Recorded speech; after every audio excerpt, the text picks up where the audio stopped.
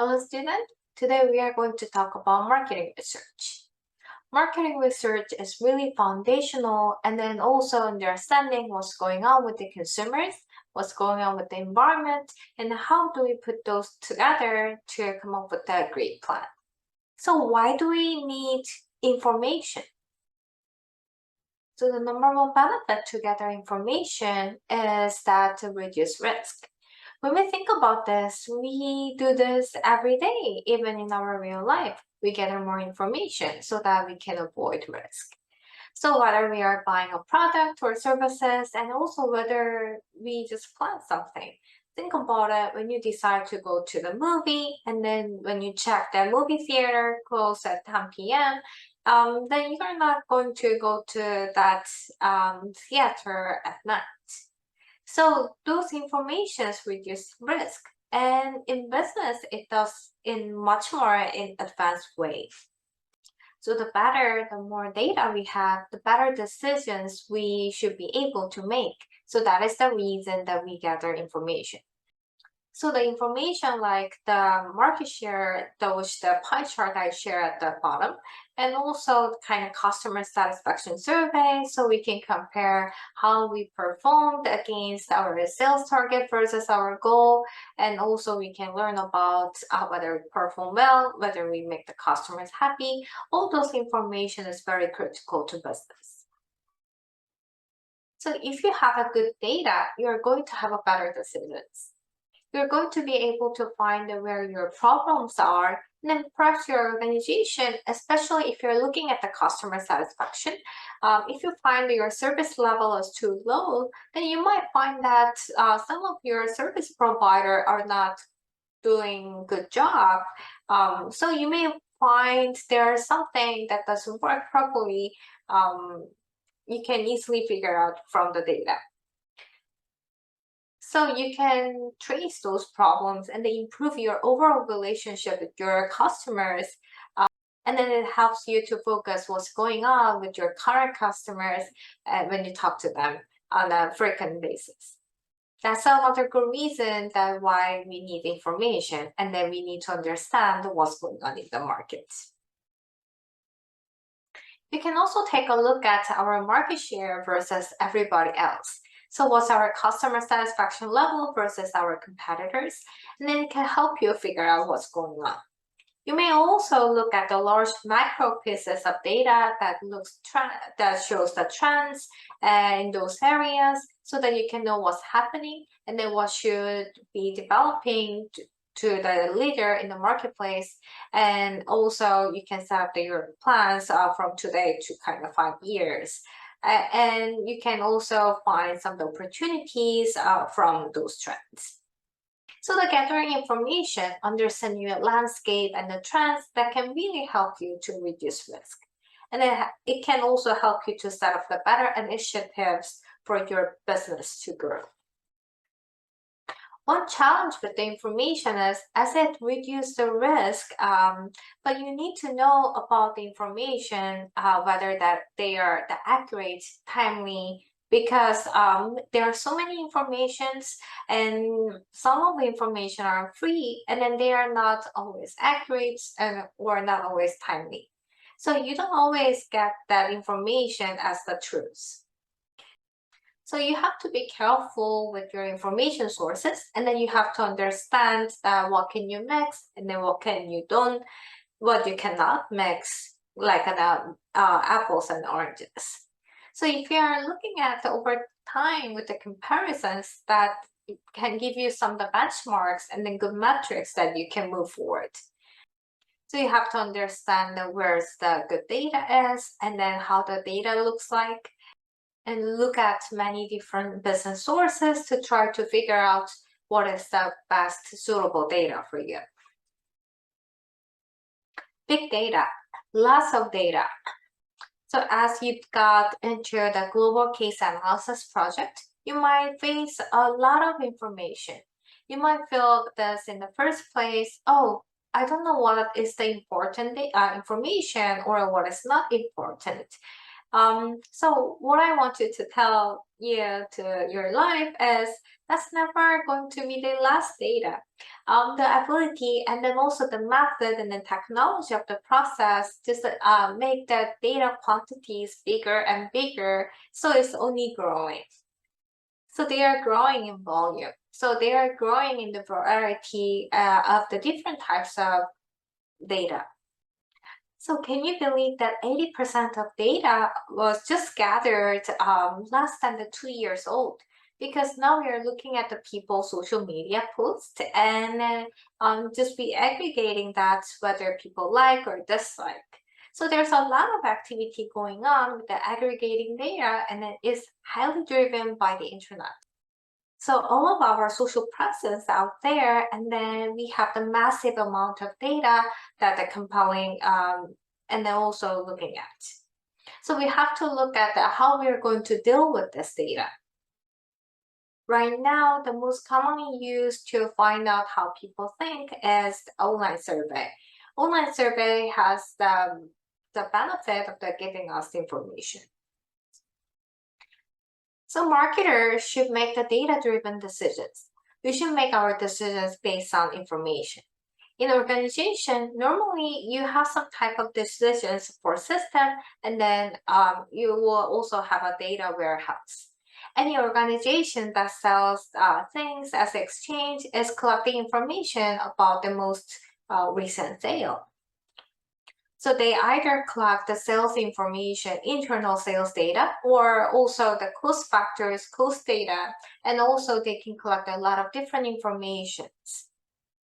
One of the most common data you look at is your own sales data. Understanding that what you sell and then when you sell it and then to whom to sell it, it can be easy to find that. And it really can help you to understand the value that you provide as the business to the customers. And probably your business might have own data warehouse. It's kind of the fundamental part of the approaching information to any business organization. What's our income statement look like over time, or how do we compare one region to the other region, and then one product to the other product? And so how do we compare to this consumer groups to the other consumer groups in our industry? So this helps to collect your sales data and then also environmental factors. So the benchmarking and the trend research, they are collected repeatedly based on some of the intervals. Benchmarking. There's a type of research that you do repeatedly with the interval, see how you're performing over time against the metrics. They are really important to learn about your business KPI, key performance indicators, and also you can learn about where are we at on the market share, and then what's our brand awareness, and then how many people know our brand or our company, and how people think about our services or the service perception. So this kind of data help you to understand where you stand in the business landscape. But actually, you may not do this research individually on your own, but be able to buy syndicated data. There's organization like IRI.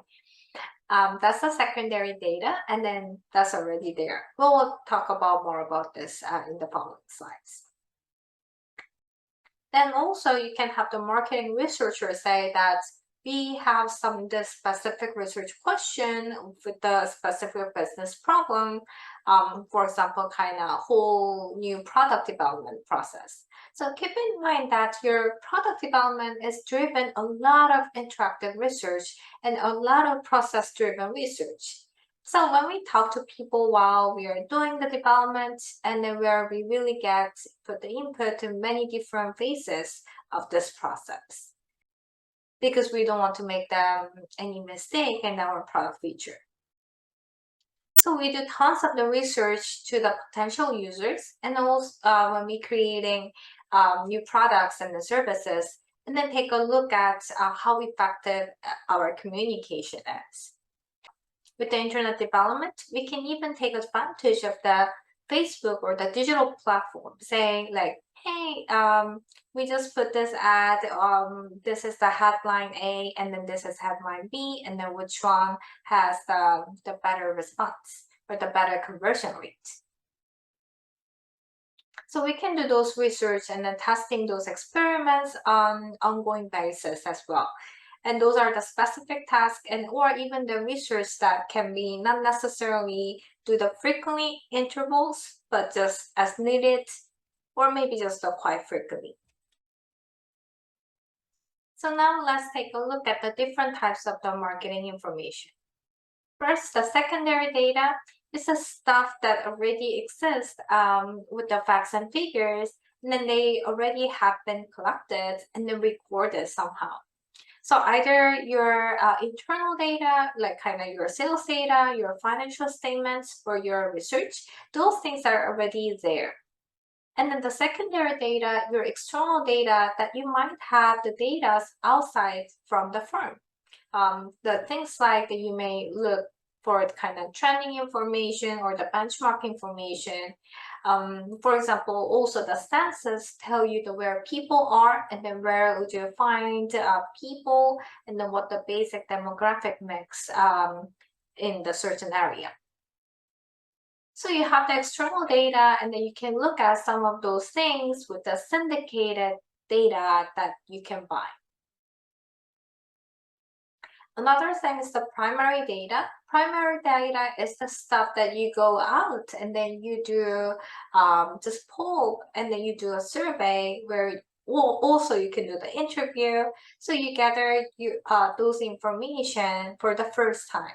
It's the first time discovery that has happened. That's why it's called primary. Normally, it is to solve the particular problem or to take advantage of this opportunity.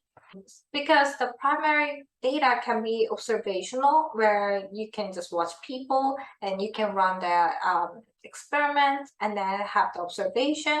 So because with this facts, we know we know that what's going on in the timely manner. So the secondary data is the stuff that already been gathered there, so we can just utilize it. And then the primary data is the new information that we gather normally for the specific purpose or task.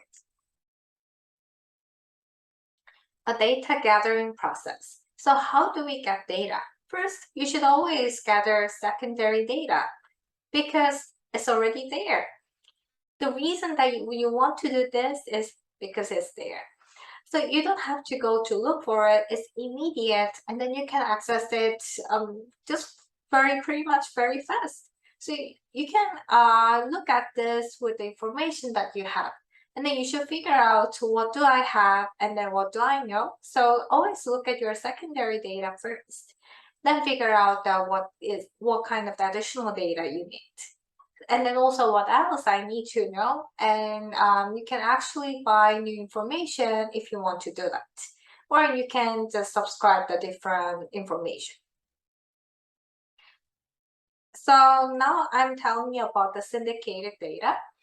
Here's some of the different examples of the syndicated services where you can buy some large amount of data. IRI can tell you about some sales. They can tell you about market share, distribution, pricing, or what you can buy. So when companies deal with the different packages problem, they're always looking at the IRI data. Also, if you're curious about what's your distribution structure problem or the pricing problem is, or just the relationship with the two grocery stores or other trade partners, this is the place that you can look at the information. So you can take a look at these data and then really kind of some the diagnostic and then figure out what's going on with your business. Another syndicated source is JD Power and Associates. So if you're going to buy a car, then you might go to the JD Power Associates and then just asking question whether is this a good car or the bad car. We also go to the Kelley Blue Book if you want to find out how old this car and how worth it is before you take into trade. So those are the examples of the different types of the secondary data that you may want to take a look at, just generally available syndicated data. So the pros and cons of the secondary data. Very inexpensive external sources such as census data. So it's very readily accessible with the inexpensive manners. However, the secondary data is not always very specific or the timely enough with your marketing related questions. And also it is just available to everyone. So it does not give you kind of special information, just more or less more the general information. Primary data pros and cons. The main advantage of the primary data is that you will answer the specific question that the secondary data cannot answer. Also, primary data is the current and then source of the data is known because you collect the data.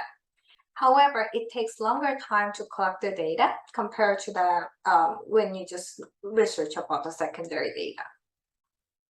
So planning the research design. So first you start with your research question. What kind of the specific research question you have? What kind of the problems you want to solve? Then you should think about how you can collect the data, how you can analyze the data.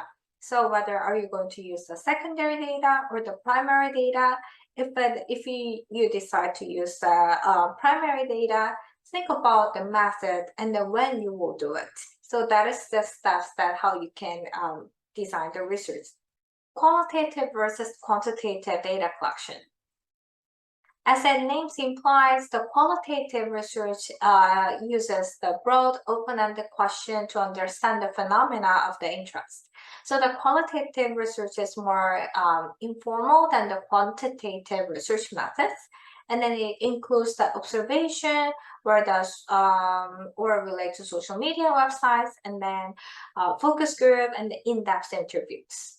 In the next slide, I give you more detailed information about the focus group. So please watch those videos and then just learn about how it can be the process.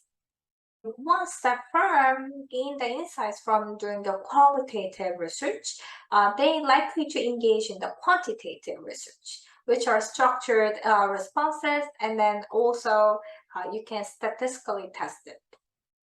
So once the firm gain the insights doing the qualitative research, they are more likely to move on to the quantitative research because it have the more structured responses and it can be statistically tested. So the quantitative research provides the information needed to confirm the insights and then hypotheses generated from the qualitative research or the secondary data. So the former, so kind of typical research method is the experiments, surveys, and also you can use the panel data and then some combinations about this quantitative research data. These are the different types of the survey research. I just mentioned about the focus group interview in the previous slide. Focus group interview is a kind of small group of people just come together and then have the intensive discussion about the particular topic.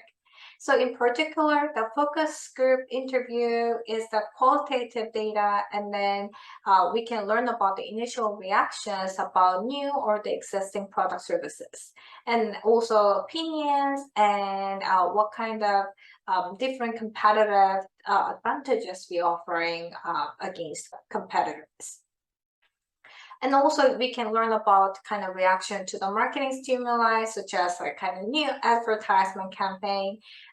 So this is very useful tool to learn about the customer's reaction. And also I attach here some examples about the focus group interview. Even Silicon Valley do the focus group interview to learn about the customer's insights. And also Nike, definitely when they develop the products, they also practice this focus group interview. And then there are 3 different types of the questionnaire design when you design the questionnaire. So please take a look at them. As I mentioned, one of the typical methods of the quantitative research is experiments. Experiments are used by the marketers a lot. And with my PhD, my research area, many of my research questions is being tested by this experiment. So there are many consumer variables related to the products, price, or package design, or the customer's attitude. So with these variables, we can compare the treatment group and then control group. So the treatment group is the group that we give a new product or the new advertisement, and then we can compare how the effect is different between the control and treatment group. So that's the kind of big picture of how we can run the experiment. Now, observational research is kind of people watching people research. There are two common ways. One way is just kind of use your door counter, and then the other one is the kind of mystery shoppers. In these days, with the technology development, even we can observe the peoples in the online area, and also we can use the virtual shopping, door counters, and also eye tracking. I also use the eye tracking method to learn about the consumer's behavior. So there are many different methods that you can observe consumers. And then more and more work is being done digitally and then even mobile now. So we are trying to really gather a lot of information in the certain scenarios, even with the kind of Google Maps or just like with the data collected by the smartphones. So the great thing is, of course, it's very rapid development and it's kind of real-time recording. So you can reduce your cost with your mobile device, and it's very specific.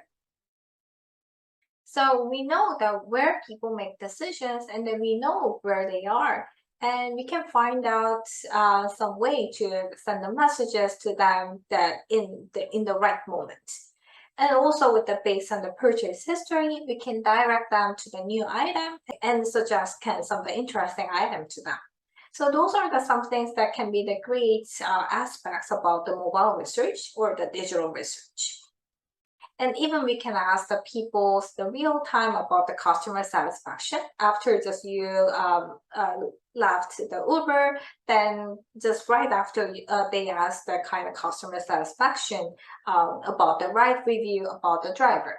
So there's a lot of things that you can do with the mobile research in the digital research that can really help you to improve your accuracy and also improve your performance.